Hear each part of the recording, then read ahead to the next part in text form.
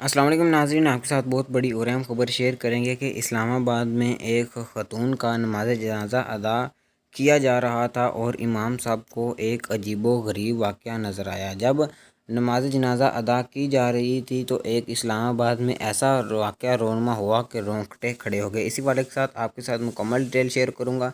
उससे पहले अगर आपने मेरे इस चैनल को सब्सक्राइब नहीं किया तो जल्दी से सब्सक्राइब कर लें और साथ जुड़े बेल के आइकन को भी प्रेस कर लें और वीडियो को भी लाइक कर दें।